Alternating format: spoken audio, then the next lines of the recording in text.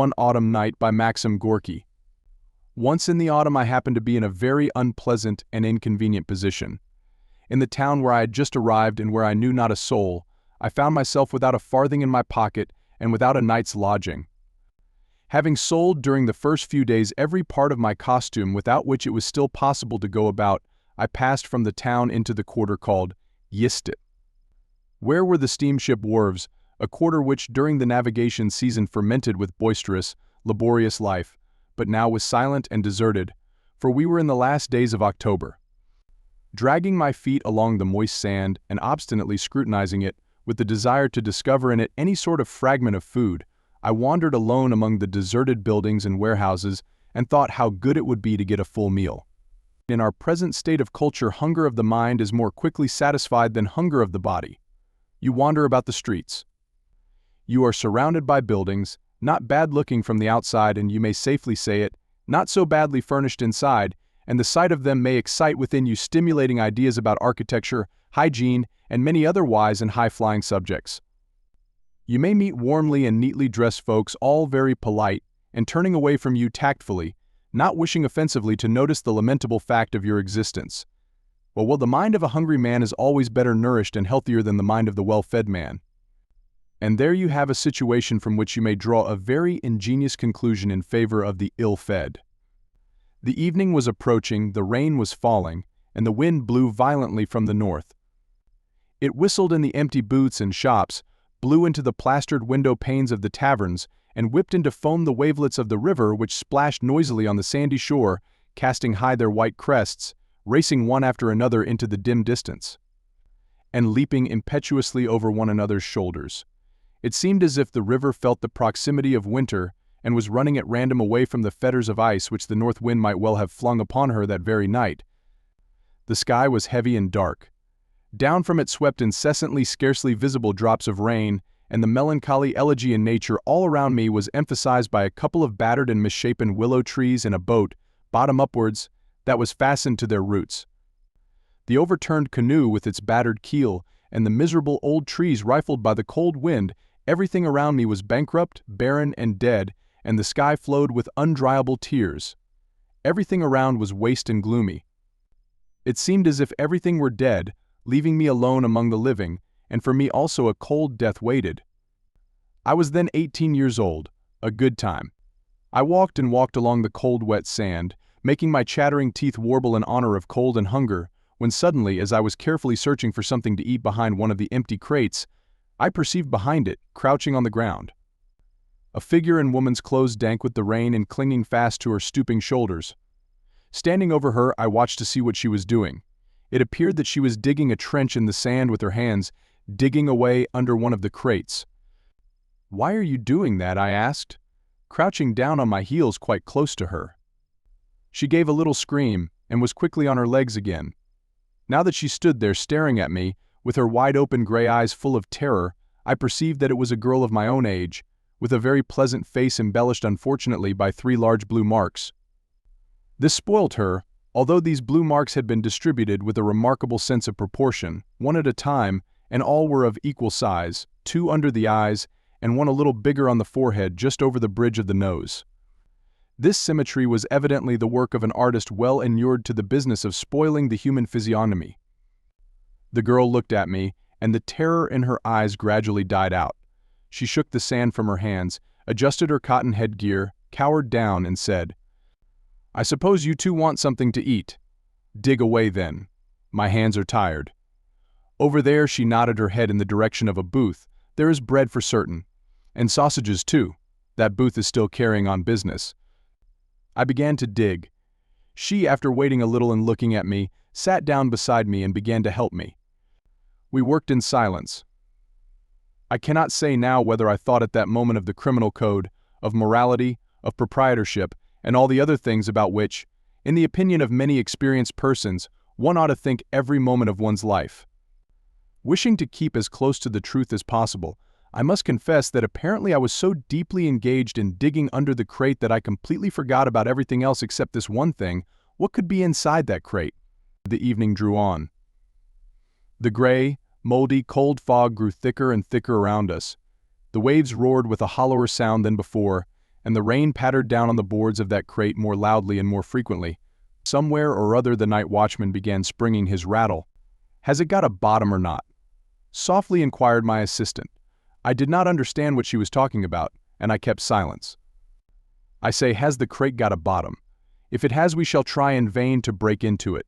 Here we are digging a trench, and we may, after all, come upon nothing but solid boards. How shall we take them off? Better smash the lock. It is a wretched lock." Good ideas rarely visit the heads of women, but as you see, they do visit them sometimes. I have always valued good ideas and have always tried to utilize them as far as possible. Having found the lock, I tugged at it and wrenched off the whole thing. My accomplice immediately stooped down and wriggled like a serpent into the gaping open. Four-cornered cover of the crate, whence she called to me approvingly, in a low tone, "You're a brick." Nowadays a little crumb of praise from a woman is dearer to me than a whole dithyramb from a man, even though he be more eloquent than all the ancient and modern orators put together. Then, however, I was less amiably disposed than I am now, and paying no attention to the compliment of my comrade, I asked her curtly and anxiously, "Is there anything?" In a monotonous tone she said about calculating our discoveries. A basketful of bottles, thick furs, a sunshade, an iron pail. All this was uneatable. I felt that my hopes had vanished, but suddenly she exclaimed vivaciously, "Aha, here it is." "What?" "Bread. A loaf. It's only wet. Take it." A loaf flew to my feet, and after it herself, my valiant comrade. I had already bitten off a morsel, stuffed it in my mouth, and was chewing it. "Come, give me some too. And we mustn't stay here. Where shall we go?" She looked inquiringly about on all sides. It was dark, wet, and boisterous. "Look, there's an upset canoe yonder. Let us go there." "Let us go then." And off we set, demolishing our booty as we went, and filling our mouths with large portions of it. The rain grew more violent, the river roared. From somewhere or other resounded a prolonged mocking whistle, just as if someone great who feared nobody was whistling down all earthly institutions, and along with them this horrid autumnal wind and us its heroes. This whistling made my heart throb painfully, in spite of which I greedily went on eating, and in this respect the girl, walking on my left hand, kept even pace with me.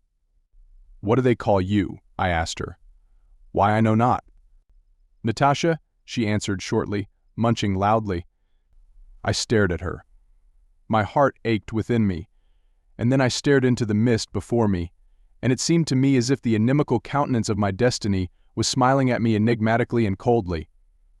The rain scourged the timbers of the skiff incessantly, and its soft patter induced melancholy thoughts, and the wind whistled as it flew down into the boat's battered bottom through a rift, where some loose splinters of wood were rattling together, a disquieting and depressing sound. The waves of the river were splashing on the shore, and sounded so monotonous and hopeless, just as if they were telling something unbearably dull and heavy, which was boring them into utter disgust, something from which they wanted to run away and yet were obliged to talk about all the same. The sound of the rain blended with their splashing, and a long-drawn sigh seemed to be floating above the overturned skiff, the endless, laboring sigh of the earth, injured and exhausted by the eternal changes from the bright and warm summer to the cold, misty, and damp autumn. The wind blew continually over the desolate shore, and the foaming river blew and sang its melancholy songs. Our position beneath the shelter of the skiff was utterly devoid of comfort. It was narrow and damp, tiny cold drops of rain dribbled through the damaged bottom. Gusts of wind penetrated it.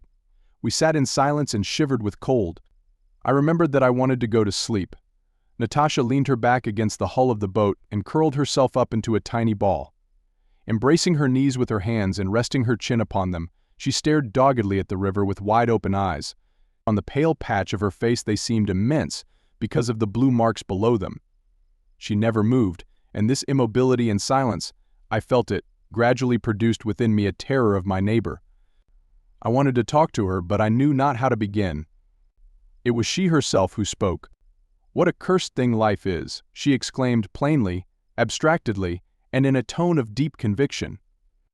But this was no complaint. In these words there was too much of indifference for a complaint. This simple soul thought according to her understanding, thought and proceeded to form a certain conclusion which she expressed aloud, and which I could not confute for fear of contradicting myself. Therefore I was silent, and she, as if she had not noticed me, continued to sit there immovable. Even if we croaked.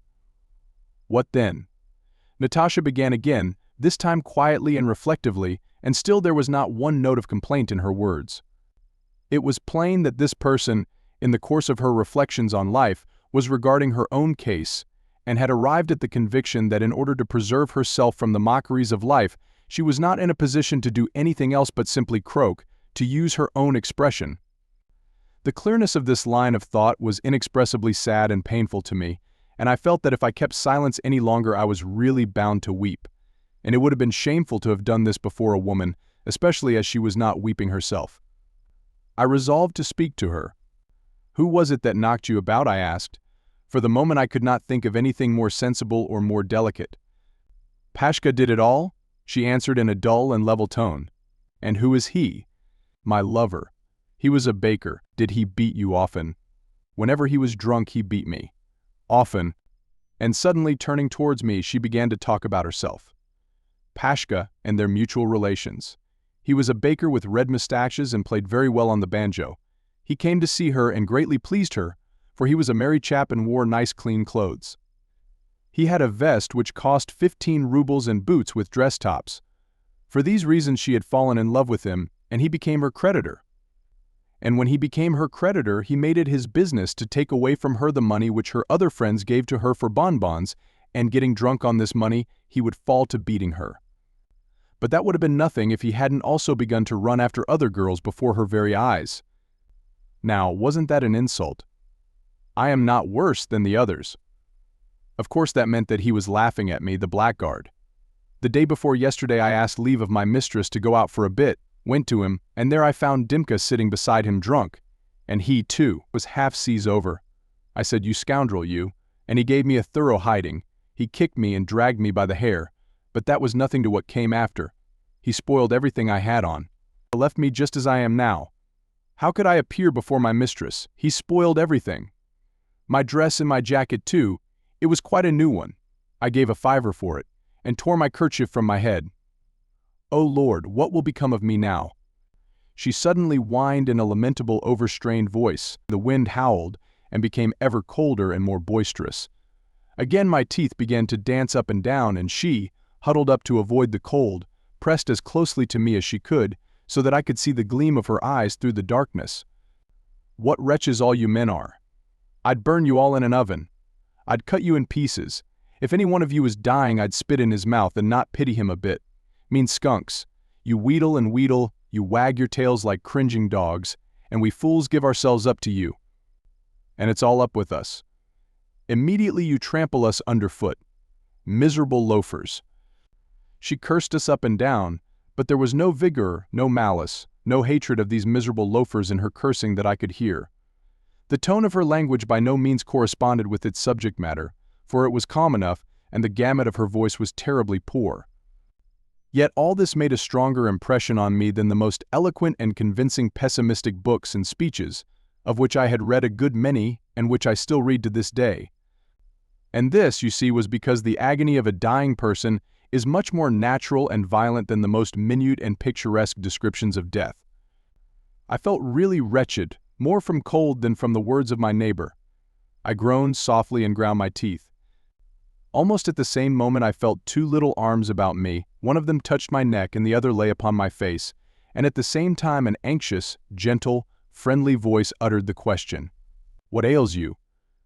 I was ready to believe that someone else was asking me this and not Natasha, who had just declared that all men were scoundrels and expressed a wish for their destruction. But she it was, and now she began speaking quickly, hurriedly. "What ails you, eh? Are you cold? Are you frozen? Ah, what a one you are, sitting there so silent like a little owl. Why, you should have told me long ago that you were cold. Come, lie on the ground, stretch yourself out and I will lie. There, how's that? Now put your arms round me, tighter. How's that? You shall be warm very soon now. And then we'll lie back to back. The night will pass so quickly, see if it won't. I say, have you two been drinking? Turned out of your place, eh? It doesn't matter." And she comforted me, she encouraged me. May I be thrice accursed, what a world of irony was in this single fact for me. Just imagine. Here was I, seriously occupied at this very time with the destiny of humanity, thinking of the reorganization of the social system, of political revolutions, reading all sorts of devilishly wise books whose abysmal profundity was certainly unfathomable by their very authors, at this very time. I say, I was trying with all my might to make of myself a potent, active social force. It even seemed to me that I had partially accomplished my object.